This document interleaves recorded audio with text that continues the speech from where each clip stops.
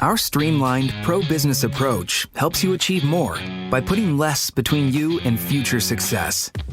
Less red tape, lower taxes, less distance separating you from the tech leaders of tomorrow. This innovative ecosystem will supply your business with tools and resources to compete in the 21st century and beyond.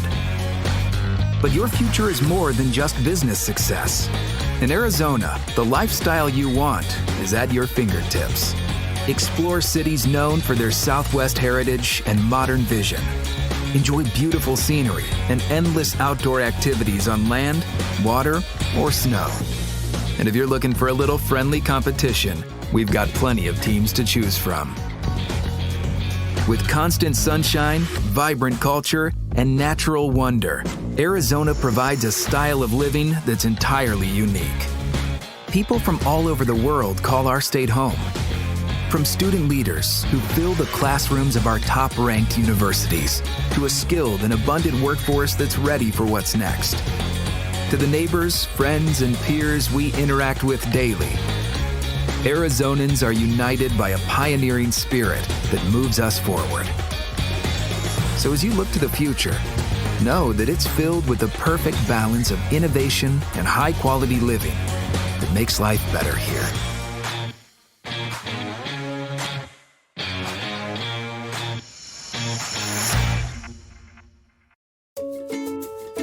Welcome to AZ TechCast, sponsored by Arizona Technology Council, with your hosts, Steve Zelstra and Karen Nowicki. AZ TechCast is dedicated to covering innovation and technology in Arizona and beyond. Broadcasted monthly, AZ TechCast invites leading experts to have real conversations about what is happening in the tech sector across the state of Arizona. From regional news to innovative startups, companies, and emerging technologies, AZ TechCast covers the critical issues and economic trends propelling the state's growing ecosystem. Thank you, JDH Insights, for being our 2021 Tech Advocate sponsor. A leader in coaching and executive development, JDH Insights is committed to helping organizations cultivate and leverage their most important and complex asset, their humans. Visit jdhinsights.com to enhance leadership and improve team dynamics to take your business to the next level. Hello and welcome to AZ TechCast. I'm Karen Nowicki, joined here by my partner, Steve Zelstra. Welcome, sir. Great to be here. So glad to have you. We are excited about today's conversation. During today's TechCast, we are going to be speaking with three distinguished leaders and talking about best practices to deal with toxic stress, as well as strategies to improve the quality and impact of leadership while working virtually in these turbulent times. More than ever, leaders must be attuned to the needs of their businesses, their workforce, and other key partners and stakeholders, even though the stresses in their own lives may have increased during the pandemic. We have a lot of ground to cover, so let's get started. Let me begin by introducing to you Linda Drake, Executive Development Coach at Michael Beach Coaching and Consulting. Welcome, Linda. Thank you very much. I appreciate being here. We're thrilled to have you. And Andy Maurer, Coach and Leadership Consultant. Welcome back to Business RadioX, Andy. Always happy to have you. Thank you. Happy to be here. And Joni Hibden, Leadership Consultant and Principal of JDH Insights, LLC. Welcome, Joni. Thank you. It's so great to be here. Likewise. So glad you're all here. This, as we were saying, kind of in the green room, if we can call it that, that this is an important topic. So often, Steve and I, with our guest, talk tech, and we talk all the things that are happening. This feels like kind of the underbelly of all communication and innovation and what's going on in our mind, our heart, and our bodies, and how are we making our way through this new way of communicating that, when I say new, I mean, we're on a tech show, so this isn't new for those in technology, but now everybody's on Zoom and we're all doing things remotely in a way that we never have before. So before we jump into the conversation and some of the questions that we've thought to ask and really gain your insights on, I would love if each of you could start by introducing yourself, again, mentioning the organization or the company that you represent, and maybe briefly what led you to being in the role that you're playing today. Steve, would you mind getting us started with a little bit about AZ Technology?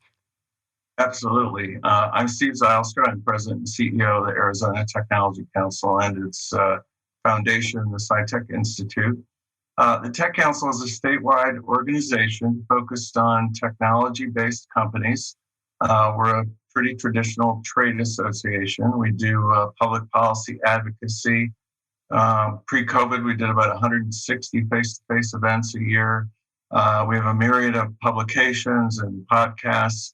And we negotiate lower cost products and services for our members, like an association health plan and a 401k program and so on. So full service trade association serving the tech industry here in Arizona. And we're so grateful that you do. And how long have y'all been around? Did you mention that?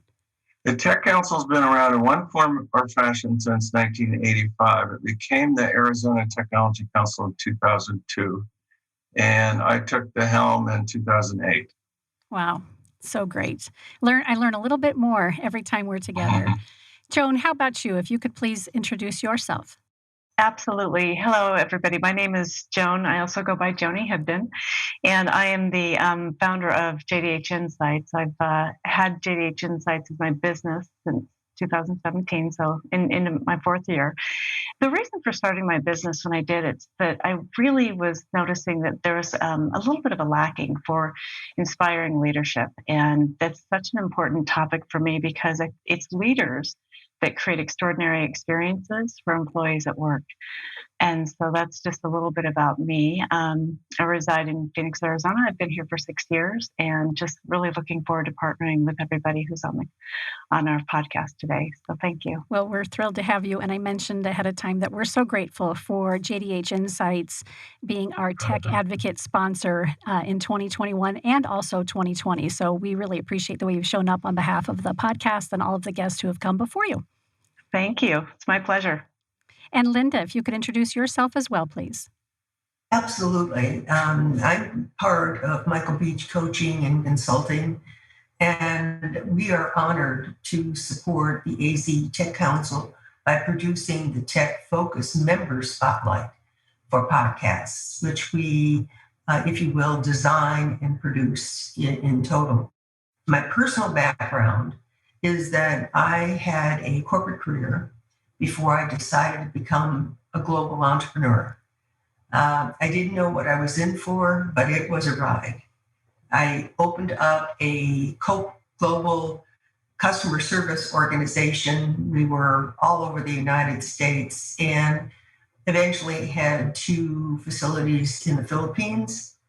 And I'll tell you, I was absolutely honored to get the Ernst & Young Entrepreneur Year of the Award for the Delaware Valley. And after I sold the company, I embraced becoming a certified executive coach. And as far as Michael Beach organization, that organization is nationwide.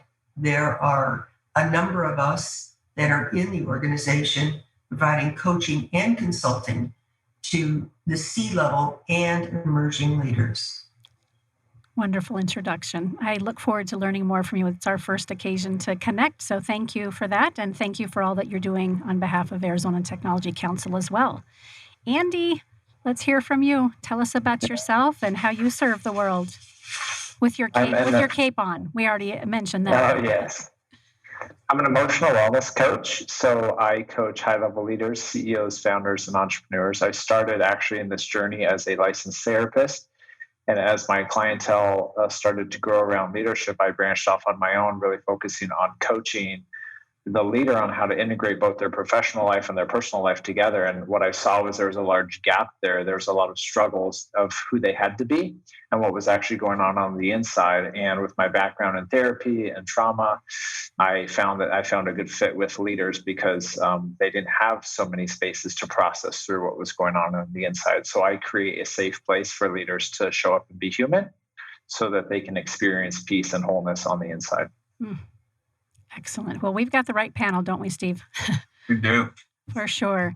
So let's start with, let's talk a little bit about what is emotional wellness and why is it important. And it's always kind of strange in Zoom settings like this, instead of having you all sit in the studio with me, taking those cues from each other. If we talk over each other, we always know how to back off. We're professionals. But if you could each just share maybe your perspective and tag team off of each other as we talk a little bit about emotional wellness and, of course, why it's so important. We all know that. That's why we're here. But perhaps some of our listeners might be struggling, or they have somebody in their life that may be having difficulty. And something you say today is going to make a difference for them. So who could kick it off for us with a definition? I'll jump in since that's literally my title. So I'll do my best. Emotional wellness to me really represents that there is a prioritization of emotional health for the leader, not just their professional development and how they observe their team and how they treat their team, but also for the leader, that they're in tune with their emotions and they're very aware of how their emotions impact them and impact those that they lead. I think an emotionally healthy leader is one who's in tune to that process. Beautiful. Anything to add on to that? I would agree. So I would agree. I think that one of the things that, especially from a leadership standpoint, is oftentimes what happens with leaders is they think about the things that they need to do and not necessarily being connected with who they need to be and how they need to show up.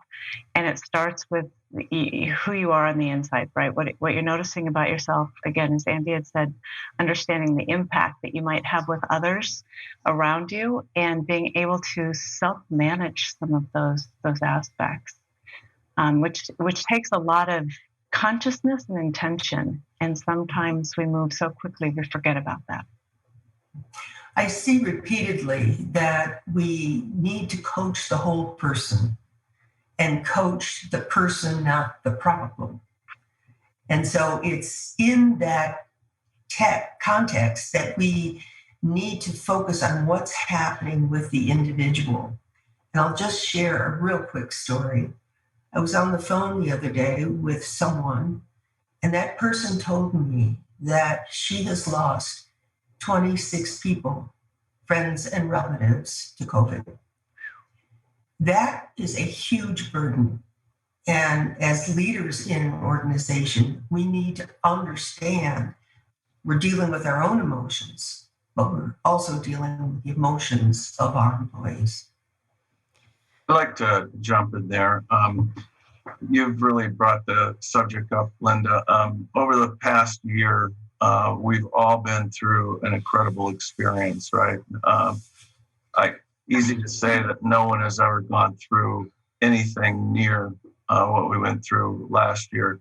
And, it was COVID, it was social unrest, it was political angst, all kinds of things. And it created a very difficult environment for folks. What are your impressions on how this has affected the psyche of leaders overall? And what sort of remedies or therapies or outcomes have you seen of people dealing with it and working through it? Maybe start with Andy. Yeah. One thing that I think leaders are gifted at is taking complex problems and high levels of stress and actually pushing through those in order to accomplish success. Most of my clients would describe that they live on what's called a razor's edge, which is this very narrow line of high stress where you can fall off at any moment, but somehow they straddle that line. And I think what happened during the pandemic for all of us, but especially for leaders, is they took all of those very natural emotions that emerge under stress, which is anxiety or fear or grief in the midst of loss.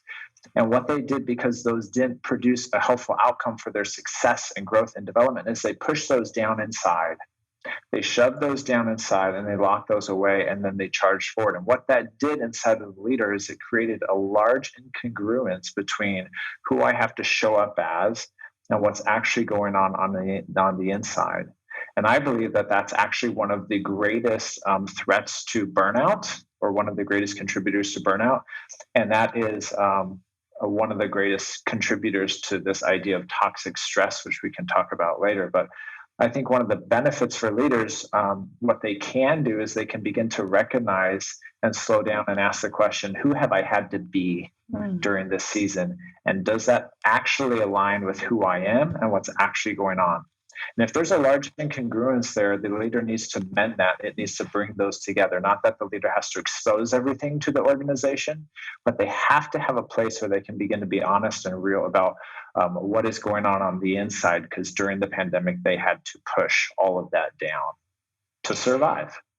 You know what I love about what you're saying, Andy, and you prefaced it earlier, which is that a tool that leaders can use in this particular situation is to work with a coach and somebody who can hold a safe space for them, to allow them the opportunity to explore what's going on inside in a safe space, and so that they become more comfortable with noticing it and then being able to do that self-regulation a little bit. But first, I think what you and Linda and I'll do is hold that space for people to be safe and to express what's going on, and for us to be very present and ask the right questions that help them unearth what's there for them, so that they can then share that as appropriate, but then find the tools that they need to manage through. My comment on that is that flexible workplace is here to stay. Mm-hmm. And all major key functions for managers in their roles are really the same, but the context has changed. And my philosophy is that more leaders need to become coaches. Yes, it's important to have external coaches, internal coaches, but more leaders need to adapt the coaching philosophy where they're understanding where their employee client is really coming from, that they know and develop a trust relationship, which you mentioned, Joni, which is absolutely critical. And to start where that person, that employee, that coaching is, instead of having an expectation that they should be 30 degrees to the right, focus on where they are and then work on the development. One of the challenges in that too that I would say is, for me, it's easy for me as an emotional wellness coach to tell leaders, hey, you need to deal with what's inside and actually start to feel that. But for a leader who has no cognitive template or emotional template for their entire life to understand what is emotion, how do I identify it, what does it feel like in my body, work has been a way that they have buried all of that for so long. It's what they know. So it's actually really high risk for leaders to do this work, because they think, okay, what's the cost for me? It's actually easier for me to keep running at this highly dysfunctional but effective format where I'm producing a lot. Yeah, I have high levels of stress. Yeah, my family's, struggling and whatnot.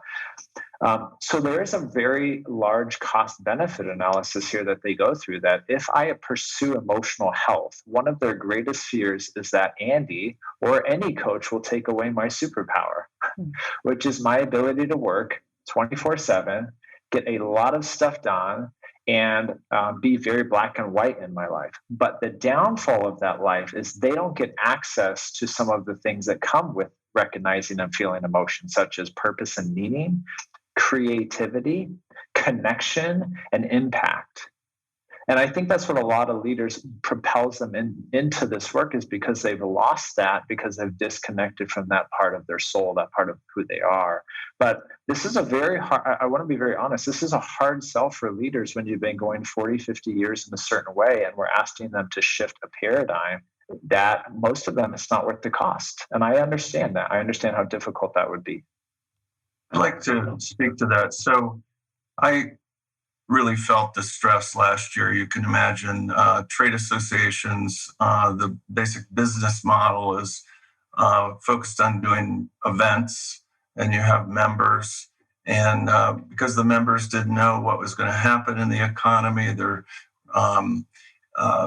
one of the first things to go is your association's dues, right? When you're worried about meeting payroll and rent and things of that sort. So very tough year. And I know exactly what you're talking about, Andy, about sort of being on that razor's edge. And just my nature is, A-type personality, always going 120 miles an hour. But what I was able to do and have been able to do over time is I do suppress all of that during my work week, but I have outlets on my weekends. For instance, I'm sort of an amateur horticulturist, and I just love plants, and I'm always working in my yard or even in my house. I ride motorcycles. I have all these outlets that allow me to sort of get away from that intensity that I experience throughout the week and really, refresh myself. And by the beginning of the next week, I'm always ready to go again. Is that a common outlet for people who have this sort of pent-up emotion? It is common if people can tap into that's what is going to work for them. I had a client I was working with not too long ago who just themselves, Steve, and you bring up some really good points, very similar to how you just described yourself. And when I asked about the outlets, especially during the pandemic, this person was like, stumped. I don't know. And I said, well, what did you do pre-pandemic? Well, I loved skiing and I loved playing my guitar and I loved all of these things. And I hooked onto that and I said, so where is your guitar? And he said, it's just over there in the corner. And I said, is it out of its case? And he said, yeah. I said, do you want to go grab it for a minute and hold on to it? And he didn't. And when he put his guitar, and this is, again, unusual, but he put his guitar in his lap and you could just see his whole body release. And so some of the work, with some of these executives is to tap into exactly what you're saying. Where are your outlets? What are you doing? What do you love to do? What did you used to love to do? Right. And listen to where that is, and then encourage them to seek that. Ask them questions about what it is that they want to do with it. But I think you tapped into something beautiful, Steve. Thank you. Important points, Joni. I think that what I'm finding is individuals who are in fast growth companies with a lot of demand and working at home with children do not have that balance. And let alone if there are other impending issues like divorce that's going on at the same time. The emotional strain on these people working in high growth companies is absolutely incredible. And I think the most important thing that anyone can do for them in terms of their management is to listen, to really listen to them, to treat people individually based on their needs. We talk about the 5 C's of leadership: character, commitment, courage, confidence, and communication. I think it should be 6. I think we need to add compassion. We could end the segment right there. Compassion is so critical, along with all the other components that you mentioned around leadership. Would you agree that this last year that we've come out of and all the things that Steve kind of highlighted that we've been dealing with has led us to have to be more in touch with our emotions? I know that's how I've felt, and I've seen some folks who are high performance and high profile handling that very well, and I've seen others handle it not so well. So is it a 180 for leaders to show their emotions, and when is it okay to do that? Personally, I think it depends on trust level. And that is really the overall filter that's been guiding the consistent leadership of companies. Trust is built on a shared purpose and the belief that you're going to accomplish that purpose. But I love some of the information that I gleaned from Posner and Coase. And, one of the things is we have a vision, but you can't give trust before you get trust. So leaders need to understand that they've got to create that sense of trust and share personally with all the humanity that we have of what's really going on with each of us. And that's what builds trust. And the level of trust your people have in you really determines the amount of influence you're going to have with them. I think one of the added pressures for a lot of leaders during the last year had to do with expressing very high levels of confidence because their teams were concerned about what the future might hold. Yeah. And, if the leader shows too much concern or vulnerability in that time frame, it's passed down, I think, to the team, and it creates even more anxiety. And I don't know if you find that in general in your coaching. And vulnerability is very often something that leaders have a hard time expressing, but at the end of the day, it can lead to trust, right? When a leader is more vulnerable. But there's a time and a place for it, right? There's a time when you really have to show you're in charge, things are okay, we're going to make it through this and get to the other side. What's interesting, Steve, is as you were saying, what you were saying, and you're right, it's hard and it's important for leaders to have this sense of confidence. To balance, right? When I think about, being able to navigate through the uncertainty of what we've just been through, it's finding that balance in terms of what is the right thing to say or what is the right way to be at the right time. And I recall really early on during the pandemic speaking with one of the CEOs that I work with, and there was so much uncertainty and so much unknown. And to your point, she's asking herself, what is this going to look like and how do we sustain the business? And also recognizing employees are looking up to her for all the right answers. And also recognizing that she doesn't have all the right answers. She's never done this before. And her ability to articulate that, right? Here's the business hasn't changed. Here's our vision. Here's where we're headed. And the acknowledgement that there are some unknowns, but her then confidence that the team is going to be able to help sustain what they've had or figure it out. Mm-hmm. And her ability to say, I don't know what I don't know, but I do know that, together we can continue to sustain and grow the business, but I don't know what that looks like yet. And that in and of itself helped to calm the team down. Like we're all in this together. And then it gave her some ability and grace to get really clear about what the next path forward was in a virtual world. I think for leaders, it is, I'm trying to put myself in their shoes, and I'm hearing their objections as we talk, almost as if it's extremely difficult for leaders to even tap into and understand how to move into vulnerability. So I think I keep coming back to that because it's easy for me as a coach to tell leaders what they need to do. And yet at the same time, leaders need those bite-sized pieces because this is very scary work. I've been in this work for a long time, so I'm more comfortable with it. But for someone who's never put their foot in that water, it's scary. And I think a really important thing to remember is that it's always the best leaders are those who can have one foot in their pain and one foot in their power equally at the same time. And what I know when problems arise is when a leader steps over and places 2 feet in their power and they're detached from the pain that's inside or the discomfort, and then they become more narcissistic, they become more autocratic, they lose touch with empathy on others. And yet at the same time, if they lose their power and they put 2 feet in their pain, they lose their sense of self-confidence, they lose their sense of identity. So it is this balance of, I never want my leaders to be 2 feet in, 2 feet out. I want them to have 1 foot in, 1 foot out, to say, acknowledge that you struggle because you're human. That's a part of what it means to be human. And yet at the same time, you have unique giftings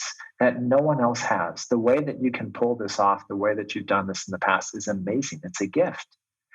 And to allow them to embrace both of those equally, that binary way of being is new for leaders because they're so used to a black and white, one or the other way of being. I'm either fully insecure or I am fully confident. And to give them permission that you can have a part that feels confident, and at the same time, you can have a part that feels afraid. And that is a great leader as well. I think that one of the things that leaders need to concentrate on is creating a culture of hope. So they have to be able to communicate to their organization, let's imagine this future. Let's envision our tangible goals. And let's, of course, we need to, and repeatedly, focus on equity and inclusion to surface the different perspectives in our organization. And that culture of hope is the, if you will, the lighthouse in the storm.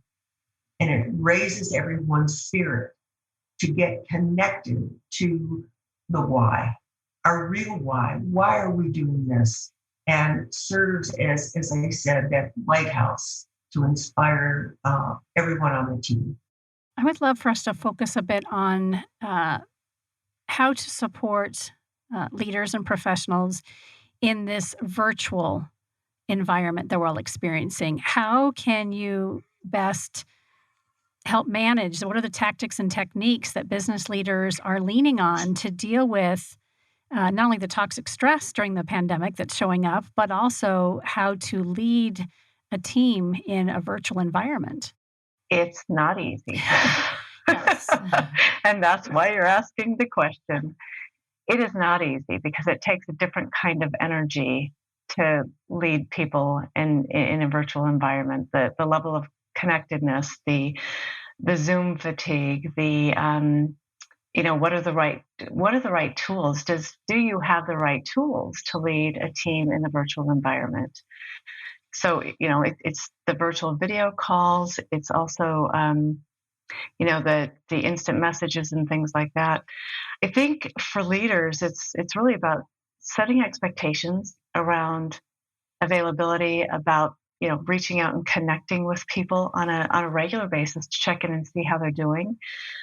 Understanding what it is that in a different way that motivates them, right? Right now in this virtual world, we get to see everything, whether you see my dog walk in while I'm on a podcast or, and we get to know each other's families a little bit. So understanding goes back to the whole person conversation, right? The employee is an employee that produces results, but in this virtual world, understanding that you're now leading and managing a whole person with a whole life that you can now see that you couldn't see before. I think what's changed a little bit is that I think leaders have learned more about their employees in this virtual environment than they ever knew before. Remember early on during the pandemic, I was working with an executive, and she said, I had no idea that one of my employees had 3 kids. I'm like, interesting. Okay, what else don't you know? And how do you connect? So that sense of connectedness to make people feel seen while they're feeling very isolated, and also giving people space to manage their lives. I think, Lindy, you had mentioned earlier, people working from home and having their kids, at home and balancing all of that. So those are just a few thoughts that I have. Andy or Several years ago, I'm up at Amazon in Seattle, and I'm seeing people come in with huge dogs and pets and all kinds of things. And the kind of working environment that they were in, well, that working environment is now remote. But I think what's so interesting is you take a company like Amazon, and they're doing some very unique things that can be duplicated across a lot of smaller organizations. They're doing Zoom-in personal guidance painting. So they have a respected artist, and everyone's doing painting in a given hour. They have expert talks on global problems. They have random social lunches on Zoom. They have monthly random 30-minute coffee chats with someone outside of their team, remote to, if you will, the pod that they're working in. They share nighttime movies, and then everybody can chat about the movie as they're watching it. And the one thing that made a big impact on me is they're prioritizing wins where the group decides. So let's say in a given month, Joe speaks up over here and says, Janice just did an outstanding job on XYZ. Those accolades, and that's what they call it, then are sent to the senior manager who once a month communicates that to the whole group. That positive reinforcement, that engagement that they are in has helped to keep them on a cohesive track toward their goals. When we talk about Zoom fatigue and we talk about exhaustion over virtual meetings, I think more is happening there than a simple fatigue. I think what's happening that we haven't really addressed is that the feeling of frustration and anger, the feeling of exhaustion, the feeling of low energy is probably a little bit of grief. We're moving from a deeply connected world into a virtual world, and our brain is very clear on the difference between being in a room with someone and all of the social cues that are firing in our brain and a virtual screen. Our brain isn't activated, it's not firing as well, and our brain senses the disconnect. And grief is a really natural response to loss. It's a natural response to losing something. And what did we lose? We lost the depth of connection. And I think if we address that, that gives us permission to recognize my brain actually desires something so much more than what I'm currently getting. And what I felt like our culture did was they tried to normalize and even advance the idea of Zoom and say, look at how nice this is that we can all be connected and we can all do meetings whenever we want. No one was speaking into the grief process that comes about by moving from deep connection to a screen. And the way that I try with my clients, or even on something like this, to stay as connected as I can to my process is I will make sure that I can see my face on the screen as well. A lot of people don't like to do that because they don't like to see themselves. But what I do frequently, and I've done it on this meeting frequently, is I will look at myself and I will make sure that I'm connected to myself. I will make sure that I'm aware of what does my posture look like? What does my face look like? Because if I'm unaware of that, I can read that a lot better in person, but on a video setting, I kind of go into this sleepy mode, right? Where my brain isn't firing as well socially. So I need to make sure I'm checking in with myself and making sure, Andy, are you connected? Andy, are you alive? Andy, are you expressing yourself properly? So I think just even having your own screen up there and checking in with yourself frequently brings a sense of life and connection to yourself. But grief is the area that we have not addressed. And in fact, we passed over it and we started to praise the idea that we can connect virtually now. I'm reading this. I think that's really an interesting point. I've talked to, well, first of all, humans are social animals, right? Yes. And, yes. And we know the difference between real connection and virtual connection. Right. And some people are now predicting, for a long time, folks were saying, well, this is probably the new normal, right? We're not all going to go back to the office. We're going to continue to connect using Zoom and other platforms. But other pundits are predicting that we're going to see something more like the Roaring 20s, because so much pent-up demand for people to want to connect again that it's going to be crazy. So I don't know where we're going to end up, but I can tell already, given how many vaccines that there have been, and that we can see the light at the end of the tunnel, people are really starting to perk up about the fact that the Tech Council is going to do face-to-face events again, right?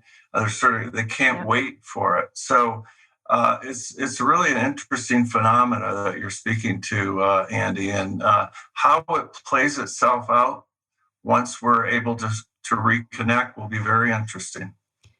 I had started. Go ahead, Andy. With virtual, there's a sense of ease and there's a sense of productivity that comes into that. But I completely agree with you, Steve. In my assumption on understanding human behavior and the way that the brain is structured and wired, the part of the brain that is relational, which is the limbic system and the brain stem, that is our cognitive brain develops last, and it's very logical and linear and productive. But we're driven by our lower brain, and that's a relational brain. So I think when we jump out of this at some point, or as we move forward, we're going to jump strongly back into relationships because of this suffocation, this lack that we've had for so long. That's very interesting. The book that I've just finished reading and definitely want to go back to again is called The Wild Edge of Sorrow by Frances Weller. It is a fantastic book around grief.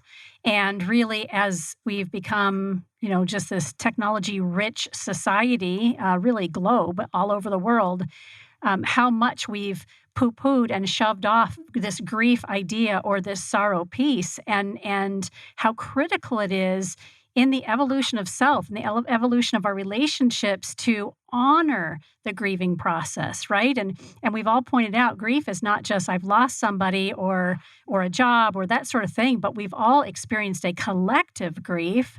And to the point that we've all made, many of us haven't known what to do with it. So it's so wonderful to have this panel and this conversation to share these ideas around how you've been supporting the professionals and the high performing individuals that you've been blessed to work with.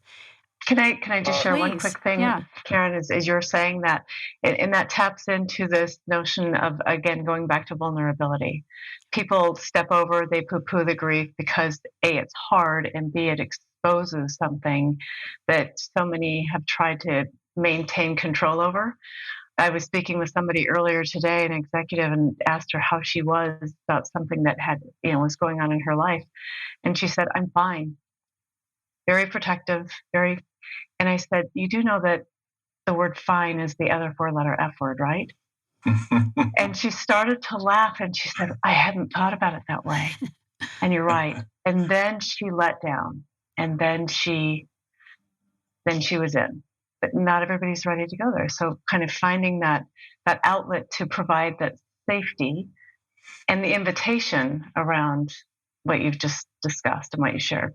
I know. The business community has done a poor job. I will say this business culture has done a poor job of recognizing and slowing down for that. So like I described, when we look at the issue of trauma, most research and articles and business editorials around trauma are prizing leaders about their trauma as a way to make them great.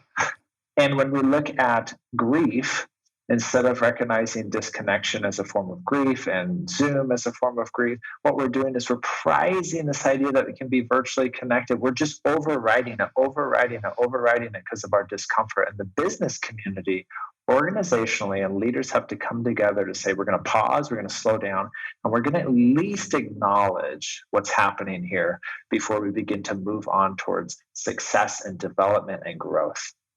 Yeah, Andy and Steve, I know you're both familiar with this, but prior to COVID hitting back in October 19, I experienced a great loss with an attempted suicide with my husband.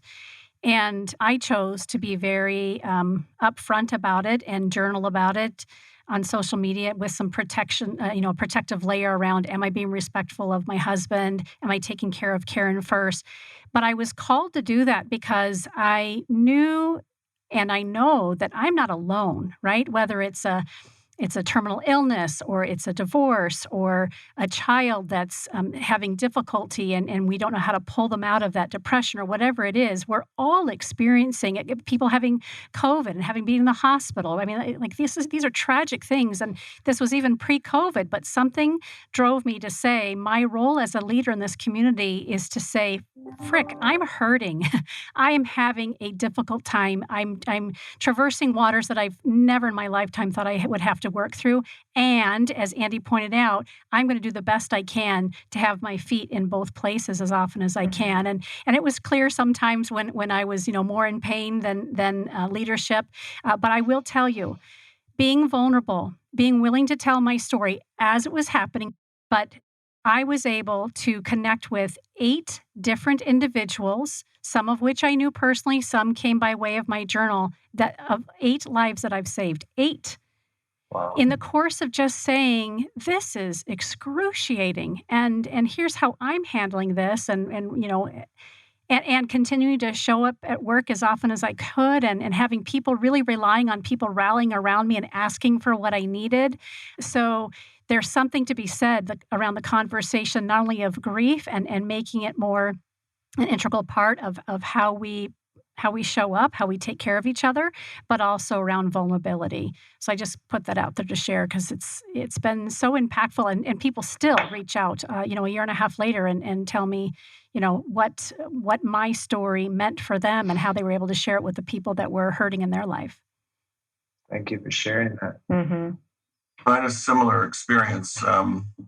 Karen knows I had COVID, very serious COVID, and I was in the hospital for 6 days. And, I didn't share it with anyone until after I was out. But I decided that it was important to do that because what I found is the reaction I got is people were shocked. And a lot of them sort of came to the conclusion that, wow, if he can get it, I might be able to get it, right? And so I found that it was helpful for some people because, I think some people felt ashamed that they got COVID, right? Because some were promoting that, you're not macho, if you get COVID. So I felt it was important for me to share with my community, and found that people were very receptive of that. And I don't know if I saved any lives, but, I did find that people, reacted in that way I described, that, if Zylstra could get it, anybody can get it. That hooray to that, because especially from our men, right? That we, as our leaders, we look up to leaders and we say, oftentimes, wow, they've got it all, right? Or that's what the facade or how it appears. And for you to have that private journey with your family, and I remember you mentioned it was very scary for all of you.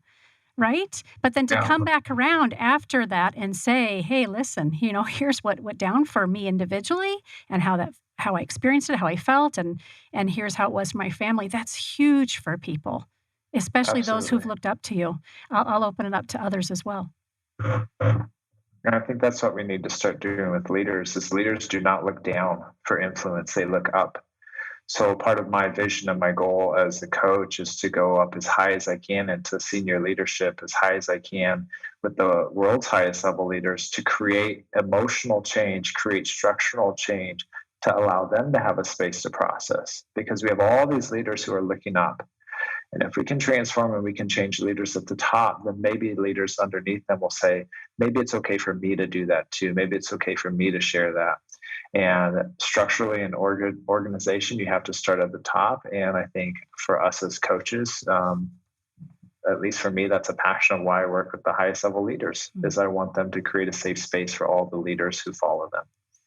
I love that, because it's that whole role modeling aspect that you're talking about, right? If I'm able to demonstrate and be this way, then it gives permission to others to show up. And I think it also, it helps to instill trust and transparency differently than the way it is today. A lot of employees, a lot of leaders and employees are protecting themselves because they don't want somebody to find out about something that's going on or a hard time that they're having, or that, internally an individual may recognize that they're not performing at their highest level.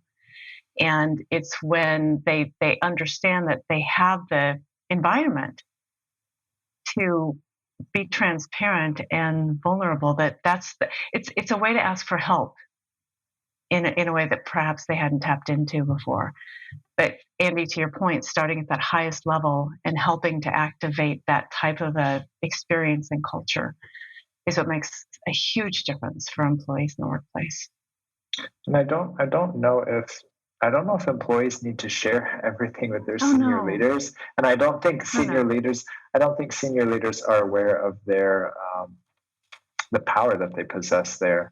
But it goes a long way for a senior leader to not have to dig into people's lives that they lead, but to say, hey, I've created a culture in that we have a support system for you if you're struggling. We have A, B, and C options. We care about you. Let me know how I can best support you, but you don't have to come directly to me. That's why I think there's people outside of the organization to provide support systems for an organization, because I don't know if the leader should be that person to offer that support system. It's a great point. Really great point. You were going to say something?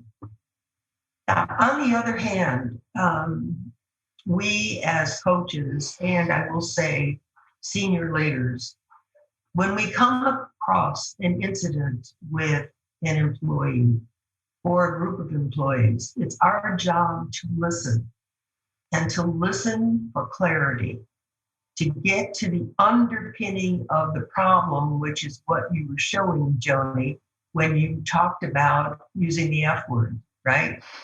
It's getting down deep and not only listening, but as I mentioned, having the compassion to say, I've been in your shoes, or I understand your shoes. And then, Andy, here's what we can go into about it.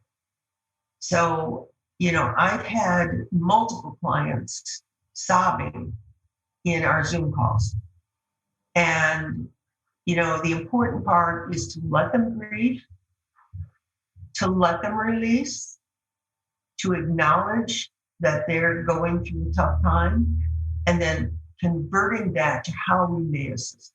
Yeah, holding space for someone is so critical. And Linda, you spoke to that earlier as well, just that ability to listen. I think leaders often are such fixers and doers that, if somebody does come to them, they want to give the resource and fix it. And sometimes well, how come this isn't fixed yet? Because if this was my issue, this is what I would do with it. And being able to hold space for folks and acknowledge, as you said, is, I think, one of the greatest gifts that we can give each other. We only have a few minutes left, if you can imagine that. These conversations always go wildly fast. Yes. So I want to make sure that we have an opportunity to hit on all the points that you had hoped to come and share today. Is there any aspect of leadership, or even this remote world that we're living in, being a busy professional, that you feel that our listeners might benefit from hearing that we haven't thought to bring up yet? I would be happy to hear from each of you.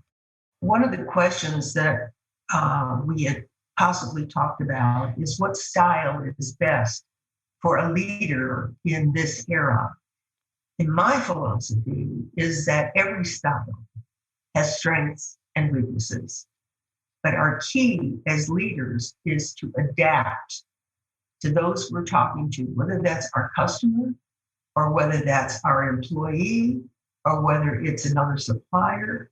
It's the ability to adapt, to get on that person's side.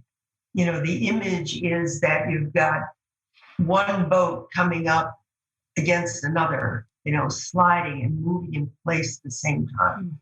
And that's what we have to try to accomplish. So our style, whether you're whatever, DIS or C, doesn't really matter. What matters is our adaptability to others, so that we can extract the best out of the moments with them. Thank you, Linda, for speaking to that question we had all kind of been prompted to talk about. Joni or Andy, Stephen, anything else to add? As I was reflecting on that particular question as well, Linda, I came up with the same conclusion. I don't think that there is a particular perfect style, leadership style. I think your point is well taken in terms of adaptability. I also think curiosity is an important competency, if it's called that, to have from a leadership standpoint, because oftentimes what we see from our lens and from where we're sitting is we see a particular way, right? But because we're looking at the other person, or we're looking at the problem, or whatever it is. But if we were to change where we're sitting and head to the other side and look at it from a different perspective and be curious about something, especially in this uncertain environment, I think curiosity is a big part of what leaders should spend some time being, as opposed to being certain.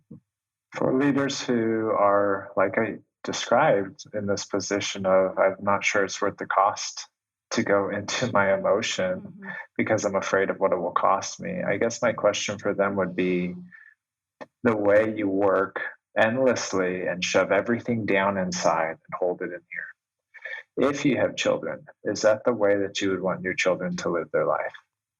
And most of the time, leaders are going to say, absolutely not. And then I would ask them, then why do you treat yourself that way?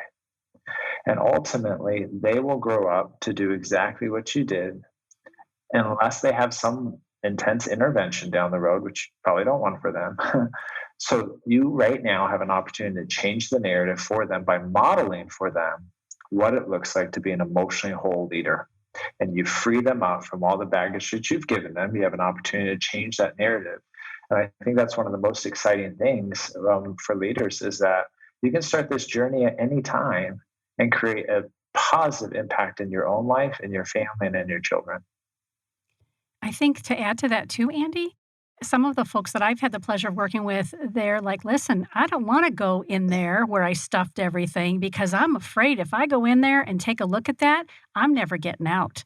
And it's going to be so deep and so dark that how will I continue to manage my family, run my business, lead my team? And I think we can all collectively say that there are ways to do it. Trauma therapy and a lot of other different modalities, a lot of them blended to help people continue to stay present with the demands of the day.